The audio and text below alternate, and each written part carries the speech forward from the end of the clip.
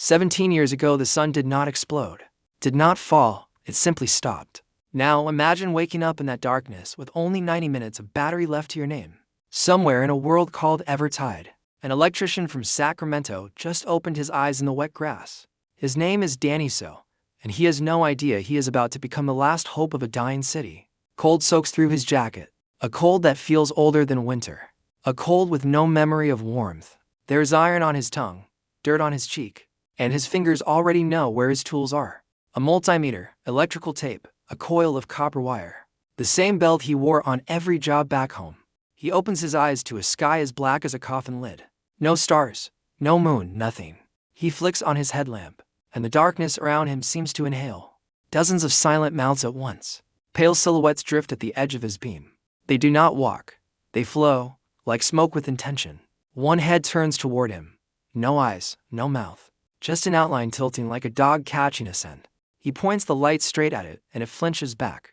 Not burned, just blocked, waiting at the edge. Behind them looms an old stone lighthouse. Broken windows and trees burned black as bone. Danny stands, checks his belt, screwdrivers, a knife. His father's lighter with Korean letters on the side. Rule number 1 from his father: find the power source. Rule number 2: do not panic. His father used to say a good electrician is not someone who simply runs wire, but someone who lets people sleep safely. That single sentence keeps circling back to Danny. Every time another lamp lights up a stranger's tired, disbelieving face. He is an electrician, he has light. So as far as he is concerned, he is not dead yet. He runs for the lighthouse, the shapes trailing him. Never closer, never farther, only watching. One of them whispers the same fragment over and over. The cold is worse than the night. Inside, he presses his back to the stone wall. A spiral staircase climbs into darkness above him. His beam catches copper pipes lining the walls, and something in him quietly starts counting resources. Something heavy and flat scrapes against the door outside. Patient, waiting at the threshold like an animal. His headlamp's yellow strip tells him 4 hours left, maybe 5, and then the light goes out. Then he hears footsteps from above, not shuffling, not gliding, actual footsteps, human ones. He swings the beam upward and finds a girl alive. An ash-gray kimono, a paper umbrella glowing faint purple. She is not looking at his face. She is staring at his flashlight like she has seen a legend, in a language he has never heard, and somehow understands anyway. She asks him where he found daylight. He blinks. It is just a flashlight, an ordinary LED. But to her it is something out of myth. She steps down, watching her own umbrella flame fade beside his steady white beam. And something flickers in her eyes. Not fear this time, hope, fragile enough to hurt. Her name is Kated, his is Danny. And she tells him to turn the light off right now. If the shadows outside remember this place, tomorrow there will not be 20 of them. There will be 100. He looks at the door, at her, and switches off the flashlight. And darkness swallows the room whole. Only her small purple flame remains as she moves closer. Not to him, to the warmth of a living person. And then she tells him the name of this world: Evertide. Where the sun went dark 17 years ago. Within 3 months the sky closed over completely, and those caught without a flame were swallowed into shadow. They lost their names. They became hollow things drawn only to the warmth still burning in the living. Survivors gather around ancient harp braziers, relics from an order that tried to stop the fading and burned for it. Those braziers have held for 17 years, but the fuel is running out, and the children are born pale. Danny grips his father's lighter, and asks where the nearest settlement is. And Kated answers, the Hoshigaya hearth. 300 people, 6 months of oil left in their brazier. Maybe less if the winter stays hungry. There is a smithy there, she says. Someone who still works copper and iron, and Danny's mind starts building already. While they wait out the last hour of dark, he sits and counts what the lighthouse has given him. Copper pipes for the anode, iron nails for the cathode, vinegar instead of acid, salt for conductivity. 1 crude cell, a volt and a half, just enough to wake the tiny lead in his headlamp. His father always said electricity was not magic, only patience, copper, acid, 2 wires, and there's light, the most honest light in the world, because a person made it himself, with nothing but his own hands. A bell tolls in the distance, torches flare along the path, and the shadows pull back like retreating water. Kated's umbrella glows their only landmark through the black, until an orange light rises ahead, warm, alive, real. Guards with embers and metal nets open the gate, and Danny walks into the last city of Hoshigaya. Cobblestone streets, a rusted dead tram, a shattered stained glass chapel. And at the center, a huge pulsing glow. The heart brazier, a bowl of black and metal 3 men tall. Its coals gray, its flame lower than it should be. People sleep right on the stones, wrapped in rags, children among them. Pale and silent, even the dogs too tired to bark. 300 souls, the last city. 6 months of fire standing between them and total dark. Danny looks at the copper gutters, the iron nails, the tram tracks, and thinks, all I need is vinegar and hands. The smithy stands on the edge of town, no smoke rising from its chimney, and a scarred blacksmith answers the door. His name is Cho, and his eyes drop straight to Danny's belt. The multimeter, the wire, tools he has never seen. But he recognizes the hands, calluses in the right places. The hands of a man who works every single day. Cho steps aside without a word, and Danny walks into a room that smells like coal, iron, and something like home. He asks for copper, any copper, and pulls out his coil of wire as proof of what he means. Cho tests it with his teeth, pure copper, no impurities, and something shifts behind his tired eyes. He has scraps, old plates from broken lamps. More than enough, and he asks what all this is for.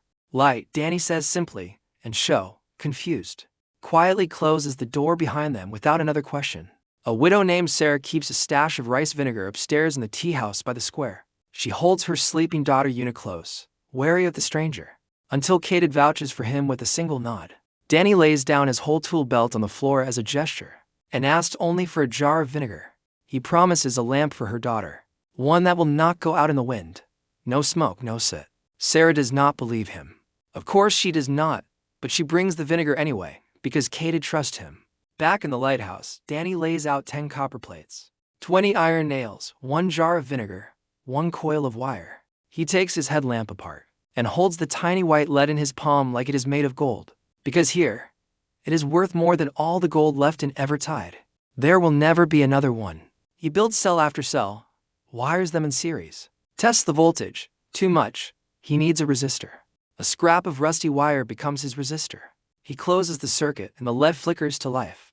A steady white light, no flame, no smoke. Nothing the wind could ever hope to blow out. Back in Sacramento, Danny used to wire circuits exactly like this just for fun, showing them off to board interns. Copper positive, iron negative, electrolyte, voltage, current, light. Boring physics to anyone who grew up with a light switch on the wall. But here, in a world that had forgotten what steady light even felt like, that same boring physics looked like a miracle. Kate stands frozen in the doorway, reaching toward the glow. Not to touch it, just to feel that it is real. It is not magic, Danny tells her. It is copper, acid, and 2 wires. That is all it ever was. She sits beside him in silence, in the light of a lamp that carries no fire at all. For 3 days he does not leave, building a housing from an old tin can, punching holes for air. The lamp burns 5 hours straight before the acid runs dry. Then he refills it, and it lights again.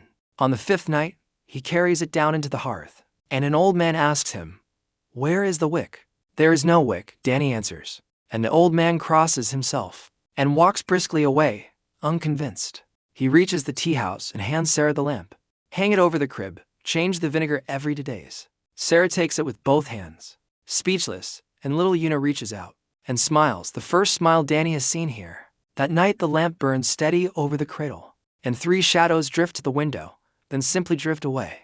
For the first time in 2 years, Sarah sleeps. Until morning, and her daughter sleeps beside her, safe. She tries to press her wedding hairpin into Danny's hands, the only valuable thing she owns, and he refuses it. It is just a battery, he insists, copper and vinegar, and a nail, the simplest thing in the world.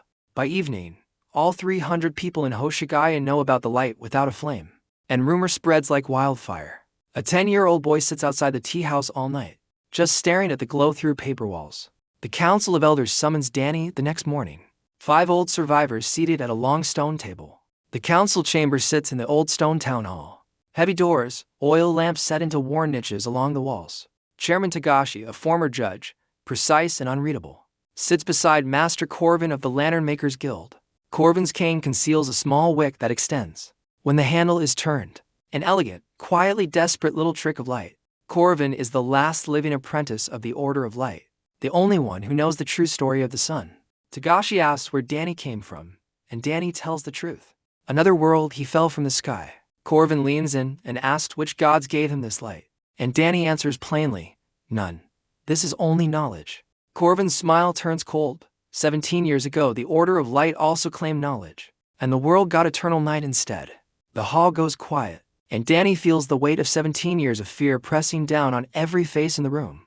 Togashi rules that Danny may live and work in the lighthouse, but he cannot distribute a single lamp without approval. Every device must pass inspection first, and until then, production continues, but nothing leaves that lighthouse.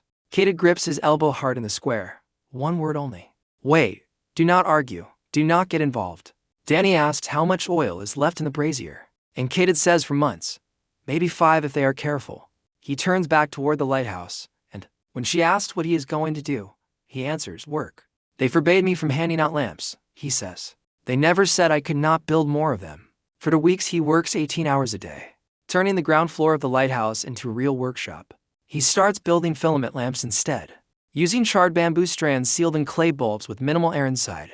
Filament after filament burns out in minutes, until on the 11th attempt, one glows steady for the full hours. Kata watches every night without asking a single question, memorizing everything with the patience of a hunter. By the end of the second week, Danny has 5 working lamps, each one a family that could finally sleep. On the 15th day, blacksmith Cho climbs to the workshop and asks Danny to teach his daughter, Minsu. She is 17, sharp, and she had already explained the principle to her father without knowing a single technical word. The next morning, a red-haired girl in a soot-streaked apron storms in and inspects every lamp with open contempt. The design is crude, she announces, the seams are uneven, and if she had built it, it would be better. Danny just blinks, and by the end of her first day, Minsu has already mastered soldering from scratch. By the 3rd day, she suggests denser clay for the bulbs, and her filament burns for 10 straight hours. Danny realizes she is doing engineering work that took him 6 years of school, with instinct alone. In his own world, a girl like Minsu would have been recruited by an engineering school before she even finished school. Here, she is simply a blacksmith's daughter in a dying town, and that unfairness sits heavy in Danny's chest sometimes. By the 3rd week, he has 12 lamps, and one student who could build the 13th without his help. 12 small tin cans, each one holding a piece of light that no council ruling had ever managed to put out. But Corvin controls all the oil, distributed weekly through the guild. Real power, quiet and absolute. If Danny's lamps work, the guild loses everything, and Corvin understands exactly what that means for him. Not long after, Minsu compares oil consumption records month over month, and finds numbers that simply do not add up. Someone has been pulling oil from the communal storage for reasons that have nothing to do with the lamps at all. If the brazier runs short before its time, she warns, people will blame Danny's lamps for making the city careless. Danny recognizes the pattern instantly. He has seen it before. When materials vanish, the honest worker takes the fall. 2 men in dark cloaks arrive at the lighthouse with the message, stop building, or face the consequences. For now, Corvin is only asking. But Kata's knuckles go white around her umbrella handle at the warning. By the 30th day, 20 lamps sit unused on the shelves. Useless light that no one is allowed to carry home. Kata starts sleeping by the lighthouse door, her umbrella always within reach, waiting for the blow she can feel coming. Then Sarah arrives alone one night with a basket, vinegar, bamboo, clay, and a secret note from 11 families. They have gathered materials without the council's knowledge, begging for lamps of their own. One child is scared to sleep. Danny asks Kata what happens if he distributes without permission, and she answers quietly, exile beyond the wall. Minsu argues they cannot take the risk, until Danny simply says, the child is 5, he is afraid of the dark. That night Danny and Kata slip through the back streets, delivering 11 lamps house by house in total silence. Mothers press the light to their chest without a word. An old man bows so deep Danny does not know how to respond. His hands shake afterward, not from cold, and Kata sits beside him, and says the council will know by morning. She lights the wick of her own umbrella with his father's lighter, and for a second, she looks almost at peace. At dawn, 11 houses glow white among the orange oil lamps, visible from the square, visible from the brazier itself. Togashi arrives alone and tells Danny plainly, you have violated the council's ruling, and Danny answers simply, yes. Corvin demands expulsion. 3 elders agree, but 11 families stood at City Hall at dawn holding their lamps in silence. Togashi says in 30 years as a judge, he has never seen anything as convincing as that silent crowd. The council will reconsider, quietly, without fuss, and Togashi promises to speak to Corvin himself before anyone acts. Minsu discovers oil rations have been quietly cut by 15%. and someone is skimming from the communal storage. If the brazier runs low, they will blame Danny's lamps for making people careless. A convenient excuse for a hidden theft. Danny knows the pattern from every job site he ever worked. When materials vanish, the honest worker takes the fall. He needs more than lamps now. He needs a real power source. One that does not depend on vinegar and nails. On the lighthouse wall he sketches something bigger. A wheel, an axle, a coil, a magnet, a true generator. He asks Minsu for a magnet, and her father has an old lock from the lighthouse gate sitting unused in his forge. Cho warns him not to break his daughter's heart, then hands over the magnet, and a handshake seals the deal. The first prototype is rough. A pedal frame with a magnet spinning inside 200 turns of copper wire. Danny pedals hard, and a filament lamp connected to it slowly glows red, then yellow, then bright and steady. No fire, no vinegar, just motion turned into light. And Minsu stares at it with her mouth wide open. Word spreads fast, and Danny sets the pedal generator up outside the lighthouse for anyone to try for themselves. A 10-year-old boy named to pedals for 3 minutes, sees the lamp light up, and asks in wonder, "My legs made the light." Soon 50 people are lined up, taking turns feeling their own bodies turn into a source of light for the first time. An old carpenter named Godzo steps up, and after his turn, tells Danny he used to run a steam tram years ago. He knows the river Shiokawa runs fast year-round 2 hours west, and a wheel placed there would never stop turning. Danny grips his shoulders. This could power the whole hearth. Not one family, the entire city at once. Godzo produces old blueprints for a water-powered mill, dusty, but intact, and Danny sees a power plant hidden inside them. That night he sketches a real water wheel, 3 meters wide. A huge magnet, 1,000 turns of copper coil. Kated watches him draw, and asks quietly if this is even possible. And Danny looks her in the eye and says yes. She does not doubt him for a second, and that unwavering trust frightens him more than the shadows outside the wall. He gathers his small team, Kated, Minsu, Cho, and Godzo. 5 people crowded around one massive diagram on the wall. Cho asks how much iron the axle needs. Danny names his entire supply, and Cho does not flinch. The trip to the river means 2 hours through open darkness, unless Godzo remembers an old tunnel shortcut instead. 40 minutes through solid stone where shadows never enter, because they hate enclosed spaces and the sound of rushing water. 5 people, a blacksmith, a mechanic, a hunter, a craftswoman, and an electrician, decide together, this is enough. Work begins today. Cho forges the axle at full power for the first time in a month. Sparks flying like fireflies through the smithy. Minsu pulls wire thinner and thinner through her drawing machine. Hundreds of meters, more than they have ever needed before. Kated scouts the river bank alone, and returns with a warm river stone. The shore is good, the shadows stay away. But she has also found fresh human footprints on the far bank. Quiet, careful, coming from somewhere beyond the forest. Someone is watching the river, she warns, maybe from Hoshigaya, maybe from somewhere darker, and Danny stops smiling. He realizes the coming cable line will run exposed through open ground. Easy to cut, easy to sabotage. Kated mentions an ambassador in another hearth, Selin Grieve, a woman named Lyanna O'Brien who wants the settlements united.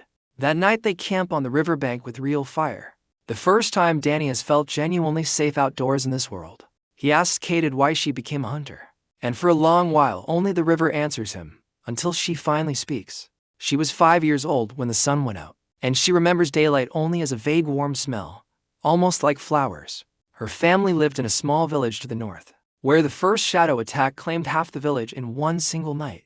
Her mother and older brother were lost that night, and her father locked her in a basement with one small oil lamp. He went upstairs to hold the door, and he never came back down.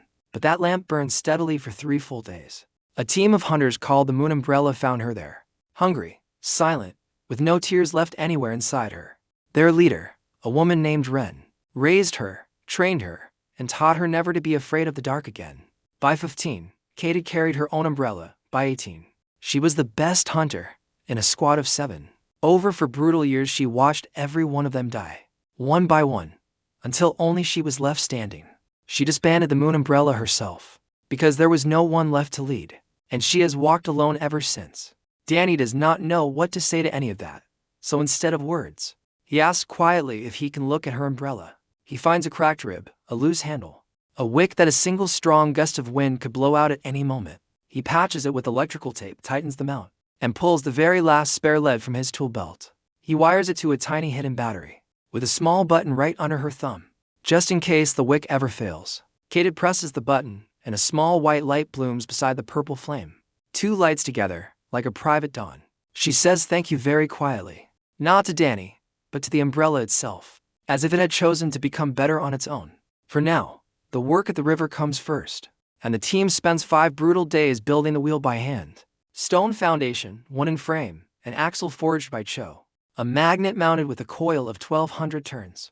The wheel turns, the magnet spins, but the very first lamp connected to it refuses to light at all. Danny sits on the bank and remembers his old physics classes. The wheel is simply turning far too slowly. He needs a gear ratio, and Godzo happens to have the old bronze gears salvaged from the dead tram. Cho forges a precise new axle for the small gear, and this time, when the circuit closes, the lamp flickers, then glows warm and steady. No hands, no feet, no oil, no fire. The river itself is now making light, and the whole team stands in stunned silence. Minsu laughs and shakes Danny by the shoulders. Godzo presses his hat to his chest. Cho gives one slow, heavy nod. Kate is not looking at the lamp at all. She is watching Danny's face, and something in her own softens. The next problem is distance. 600 meters of copper cable needed to reach the city, and they are 90 meters short. Danny spends days begging door to door for copper pipes, kettles, ornaments, anything people are willing to give up. Sarah brings her wedding copper tableware, and when Danny tries to refuse it, she tells him stuff can be replaced, life cannot. Still 90 meters short, until a bundle of fine old copper wire appears at the lighthouse door with no note attached. Kate recognizes the quality instantly. Copper reserved only for harp braziers. Copper only Corvin could have taken from the vaults. Corvin himself had come by the workshop a day earlier, alone, without guards, his cane tapping softly on the stone floor.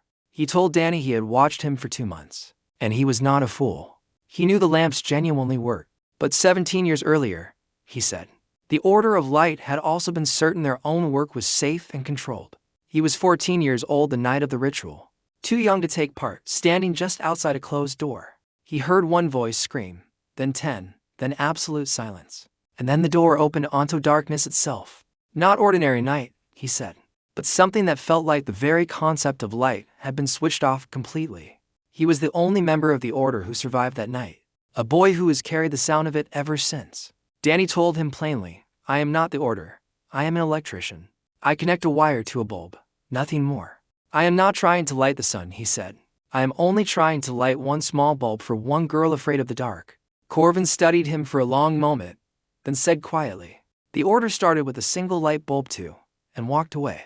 He is not dangerous, Danny told Kate afterward. He is scared, and scared people are far more dangerous than cruel ones. He never approved, he never said a word.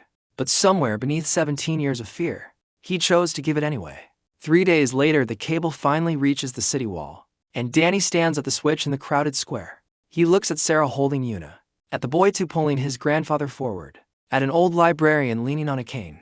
He flips the switch, and current races through 600 meters of copper, up the pole into the very first street lamp. The bamboo filament glows red, then yellow, then bursts into warm steady light, and a second lamp follows, then a third. 12 lamps light Hoshiguya's main street at once, warm and even, as if someone had remembered an old word and spoken it aloud. Children scream, not from fear, from wonder, at more light than most of them have ever seen in one place. The old librarian says softly that it looks just like morning used to, and the whole square begins to weep in silence. Danny stands at the switch, hands trembling, thinking of Yuna, of everyone who never thought they would see this again. The very next day, a woman in a green traveling cloak arrives alone at the gates, red hair tucked beneath her hood. She gives her name, Lina O'Brien, ambassador of Selengrive, and asks to be taken straight to the man with the cold light. She has walked 7 days through open darkness alone, just to see if the rumors of light without fire were true. She spreads a hand-drawn map on Danny's workbench. 6 hearth settlements marked in circles, all of them slowly dying. Selengrive has 3 months of fuel left, and Lina offers Danny an alliance. Lamps and knowledge for copper ore. Danny agrees, but only on one condition. He will not sell his knowledge. He will teach it to anyone willing to learn. If he is the only one who understands light, one accident could plunge the whole world back into darkness again. Lina tells him he is the first person in 17 years to offer to give rather than sell. And something in her voice cracks. Then, quietly, she reveals her family name traces back to Master Finnegan O'Brien, founder of the Order of Light itself. The workshop goes still, but Lina does not move, and she tells them a secret her grandmother carried to her grave. The sun never went out at all. It was only sealed behind something. A veil, a lid placed over a lantern. And a lid, she says, can always be removed again if someone finds a pulse powerful enough to reach it. Danny's mind jumps straight to a Tesla coil, a resonant transformer. Millions of volts fired straight up into the sky. He asks how high the veil sits above the ground, and Lina unrolls an old scorched blueprint, the Order's last surviving diagram. Danny cannot read the strange symbols, but he understands the shape. A spiral rising, every line pointing upward without exception. He asks why she carried this guilt alone for so long. And Lina admits there are 30 children in Selen who have never seen the sun. She wants them to see it even once. Just enough to know for certain that it still exists somewhere. Danny lights his father's lighter and tells her simply, "Everyone makes mistakes. Mine did too. Now let's fix it." For the first time since she was 12 years old, Lina cries. And she stays in Hoshigaya, becoming part of the team. Her skills turn out to be different from everyone else's. Not her hands, but her tongue. She speaks 5 languages fluently. She knows how to negotiate, how to persuade, how to bargain. And over the following week she talks to all 5 distant hearths. Copper or convoys begin arriving from Selen Grief soon after. And Cho's forge runs non-stop, turning raw or into usable wire. Danny sets up a 5-stage production line: preparation, battery assembly, bulb making, filament fitting, and final inspection. 2 local boys named Kai and Rego join the workshop, both from families who received one of the very first 11 lamps. A 19-year-old from Selen named Nolan arrives too, and cries the first time he sees Hoshigaya's lit streets at night. Minsu trains him hard and loud, but within 3 weeks his own lamp burns even longer than Danny's very first one did. Every finished lamp leaves the workshop sign with its maker's name and date, Minsu's idea, so no careful work goes unaccounted for. Over the following months, 30 street lamps light Hoshigaya, and a school of light rises between the lighthouse and the smithy. Inside, Danny teaches copper and iron, voltage and resistance, using nothing but chalk, charcoal, and whatever scrap metal the city can spare. Kai and Rego sit in the very first row every single day, and neither of them ever misses a single lesson. Minsu no longer sits in the front row at all. She stands at the back, and quietly corrects Danny's own mistakes instead. Minsu wires its interior herself, calculating every load and every gauge alone. Work Danny says would earn her an engineering degree back home. Before Lina leaves for the distant hearth, Danny hands her a short letter for whoever drew that mysterious dynamo diagram. "You did this on your own," he writes. "It took me 6 years of school to learn what you built with nothing. Come visit," he adds simply, "we will work together." And that folded note travels 3 days through the dark with her. In the mountain town of Mirawa lives a strange, brilliant young woman who wears her glasses on a length of string. Her name is Irene Park, 23 years old, the daughter of a bureaucrat who has always been faintly ashamed of her. All her life she measured things that shouldn't be measured: the angle of falling shadows, the speed of the wind. Her neighbors called her strange, and her only real friends, for years, were the numbers filling her private notebooks. She built her own dynamo from the gears of a broken clock, and a magnetized stone she simply found in the mountains. She turned the handle, sparks flew from the wire, and she had no idea sparks could ever become light, until a traveling lamp reached Mirawa, and she took it apart in an hour, and understood the principle completely. She put it back together, and then, quietly, she sat down and wrote a letter to whoever had made it. Lina returns from a distant hearth called Mirawa with a message. A hand-drawn dynamo diagram, invented without any help at all. The signature reads Irene Park, and Danny stares at it like a man who just found a brother he never knew he had. Irene arrives weeks later, glasses on a string, clutching a notebook, and walks straight past every greeting to compare diagrams on the wall. She finds mistakes in his design and improvements of her own. Wooden gears instead of bronze, quieter, more efficient, longer lasting. Together they build a second-generation generator, 3 times more powerful. And Irene's notebooks are full of laws she rediscovered entirely alone. One night Katid finds Irene on the roof recording something in her notebook, and asks quietly what she is studying. The subject, Irene answers without blinking, is Danny, an anomaly worth documenting with careful scientific precision. Then, ever so quietly, she adds a second column of numbers about Katid herself, and Katid walks away without a word. Hoshigaya keeps changing, the streets stay lively past dark. The tea shop stays open, children learn to read by electric light. Tu and his grandfather open a small tea stall by the square, the first shop ever to stay open past what people once called the Hour of Shadows. That old phrase, the hour of shadows, slowly stops meaning very much once the streets themselves refuse to go dark anymore. The old librarian asks for lamps of his own and installs 3, taking down books he has not opened in 10 years. Children who have never learned to read come to the library for the very first time, sounding out their first words by electric light. Sarah opens a small herbal shop next to the tea house, and Yuna, 3.5 now, helps arrange the jars. Little Yuna calls Danny only by one name now, Uncle Danny Light, because to her the two things have become the same. The council formally approves the School of Light for votes in favor, and Corvin, silent, only abstains instead of blocking it. Afterward he tells Danny quietly, when you finish fixing the hearth, do not start trying to fix the sky. One night, a familiar shadow appears at the lighthouse, the same silhouette that has watched them for weeks without ever speaking. It finally does speak, one word in Korean, son, and Danny's whole body goes cold at the sound of his father's voice. It repeats a second word, gloves, the very last thing his father ever told him, before he died back home. Then, before dissolving into darkness, it says one final phrase in the same language, fix it, and vanishes completely. Danny insists it is not his father. Something else is pulling memories from the people standing closest to it. But no one back home ever said fix it that way. The phrase feels foreign, almost like the world itself is speaking through it. Danny begins designing the true attempt, a Tesla coil built on Mount Hoshinomiya, the highest point anyone dares to climb. He explains the principle to the council 7 times over, resonance amplifying voltage into millions of volts fired straight up. One elder asks how this differs from the Order's fatal ritual, and Danny answers they use power they never understood. I understand mine. The council votes, 3 in favor, 1 against, 1 abstaining, and Corvin alone votes no, warning this could be the day of dawn, or the day of their death warrants. Kadid has noticed the shadows changing lately, not all of them, only the old ones from the earliest years of the twilight.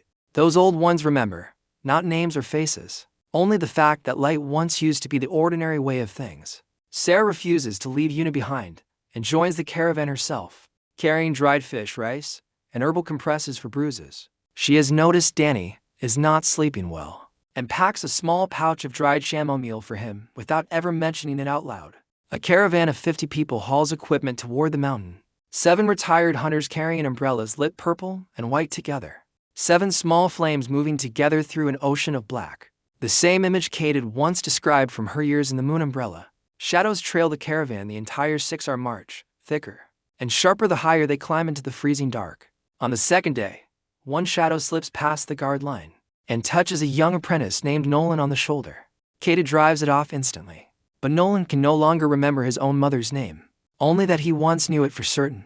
Minsu takes his hand and quietly speaks the name for him, Anna, and Nolan finally breaks down in tears of recognition. Danny watches and understands the shadows do not just haunt the living.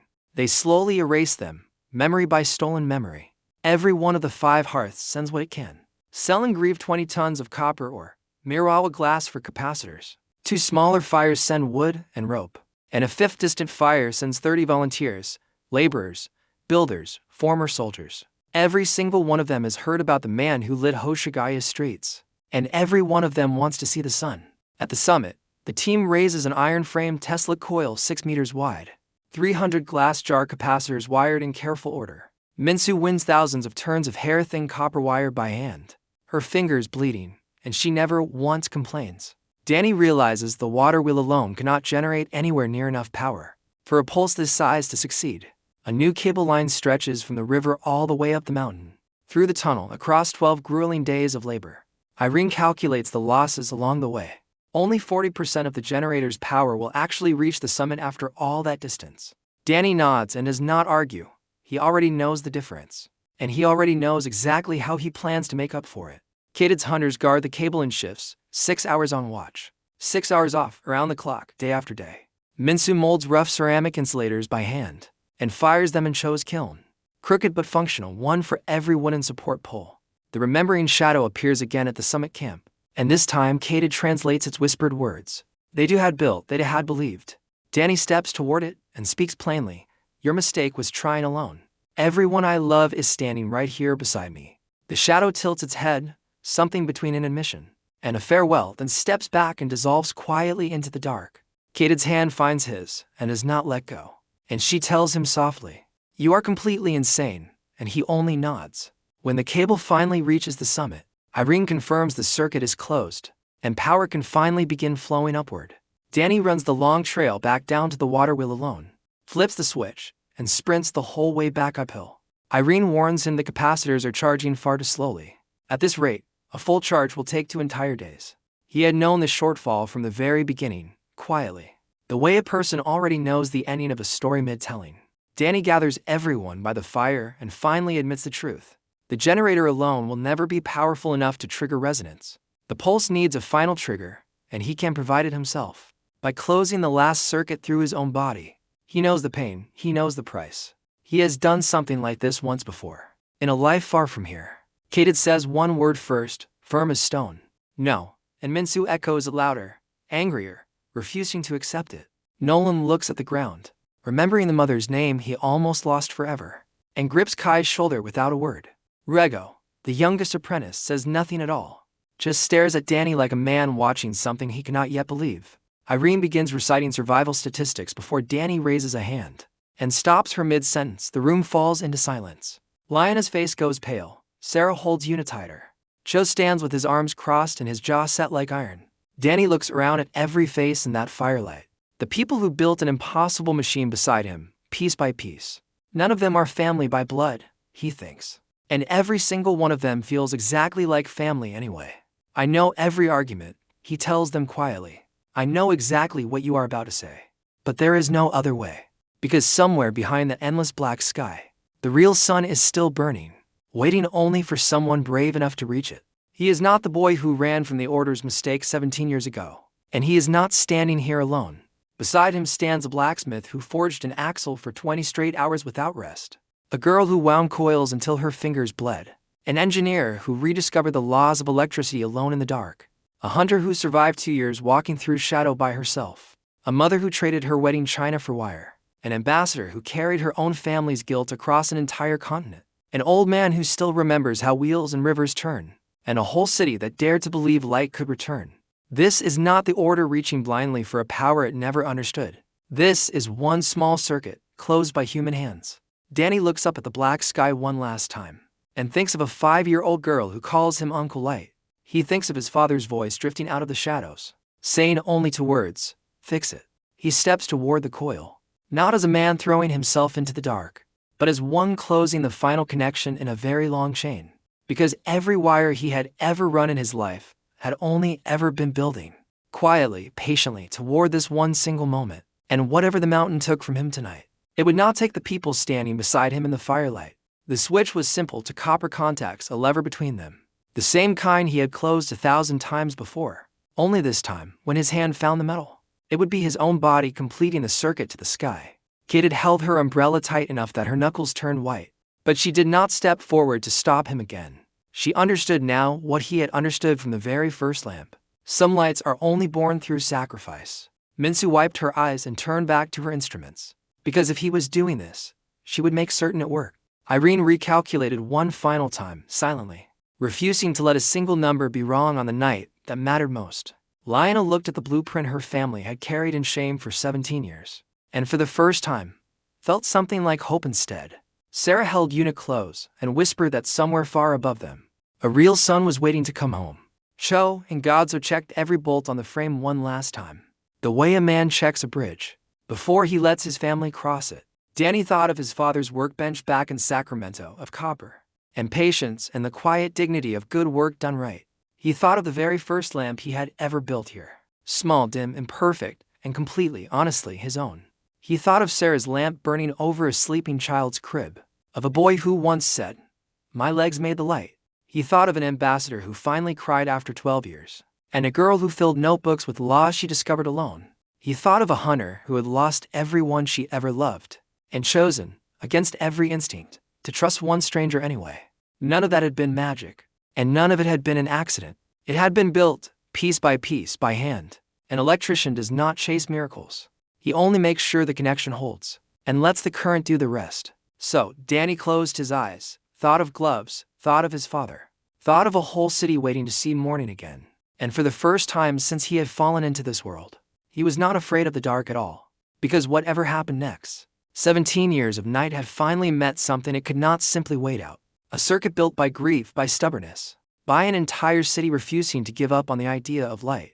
And somewhere far above the clouds, behind a curtain drawn 17 years too long, the sun was still exactly where it had always been, waiting, patiently, the way good things sometimes wait for someone stubborn enough to come and turn the switch back on. That, in the end, is the whole story of an electrician who fell into a world without a sun and simply refused to leave it dark. Not a hero chasing glory, not a chosen one waiting for destiny. Only a man with a headlamp, a tool belt, and his father's old lesson: copper, an acid, and 2 wires. And enough stubborn people willing to keep trying, long after anyone reasonable would have already quit.